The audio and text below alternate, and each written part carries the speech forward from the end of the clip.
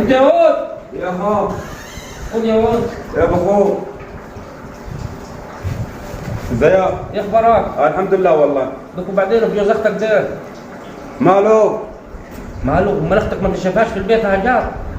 انا شفته في البيت بس ما قدرتش حاجه يعني دخلته وطلعت على طول. كل يوم من ثاني يوم جاي زعلانه في البيت هنا.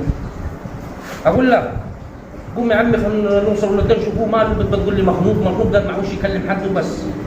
يا عم مش عارفين الصراحه مع ابوه دائما من زعل البيت مش عارف ليه والله. قوم خلينا نشوفوه نوصل نشوفوه ايه في كانت ايه نخلصوا منه وبس الودين. قوم خلينا نشوفه. يلا يلا بينا. يلا بينا. يلا.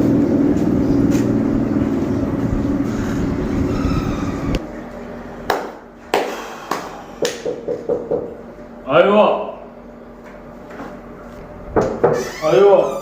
السلام عليكم. السلام ورحمة الله وبركاته. رسيبه يا عم اخبارك يا عم؟ تمام والله اتفضل. طب شوف يكون في حد قال على راسه ولا حاجه خالي براسه. يا ابوي ما فيش حد حتى البيت روحتها لكم انا ما فيش حد تعال. طب حريمكم يبوكم قاعده. يا ابوي ما فيش حد يا احمد. والله انت حر يا ساتر. يا ساتر ايه في يا ابوي مالك؟ والله يا احمد مخنوق.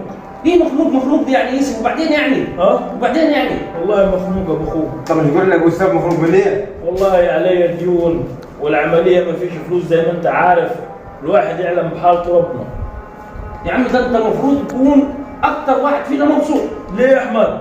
يا ابوي ده ابوك الله يرحمه كان ليه فلوس احسن من 150 الف جنيه عند الناس الكبار. يا راجل لا. ايوه كنت انا كمان كاتبها له في الكراسه الصفراء. ايوه تصدق صح في كراسة صفرا فوق الدولاب. فوق الدولاب؟ تكون هكذا ليه؟ هذا السكر والشاي. الكراسة الصفرا ابو حكيم. كيف؟ ايوه. امسك الكراسة الصفرا. هي اسمه ها؟ هي انا بيني وبينك مش عارف حاجه يا اخو. كيف مش عارف يعني بتعرف تقرا؟ لا مش بعرف خذ يا أقرأ. عم اقرا انت. بص يا عمي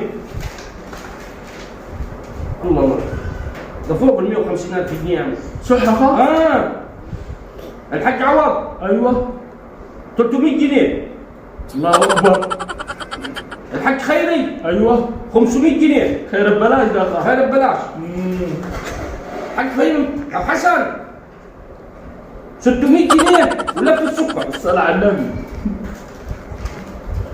حاج عبود 200 جنيه ونص لف السكر. الحاج احمد بكامل ايوه. 500 جنيه ولف السكر و5 كيلو شاي وفلوس كثيره. فلوس كثير يا اخي. الصلاة على النبي. لا فلوس كثيره. بس يا صاحبي عاد في حاجه هنا. ايوه. الفلوس دي مش ليك انت. امال مين؟ الفلوس دي على ابوك ذات نفسه. على ابويا؟ ايوه. ابقوم اتوكل على الله. على ابويا.